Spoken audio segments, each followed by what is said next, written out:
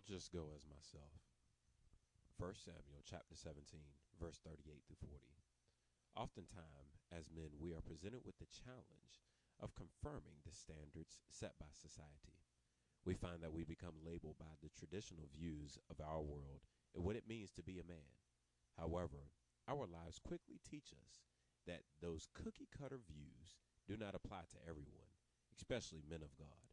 In today's text, we find a very special man, David, the shepherd boy.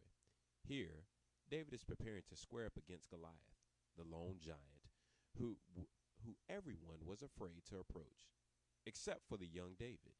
As he prepares himself, Saul begins to dress David in the appropriate attire for battle.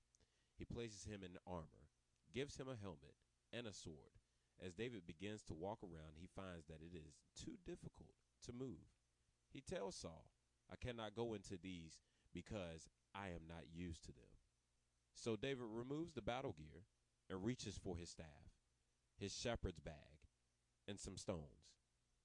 In other words, David makes a statement that he will go just as himself. As men, we do not have to be persuaded to be something that we are not.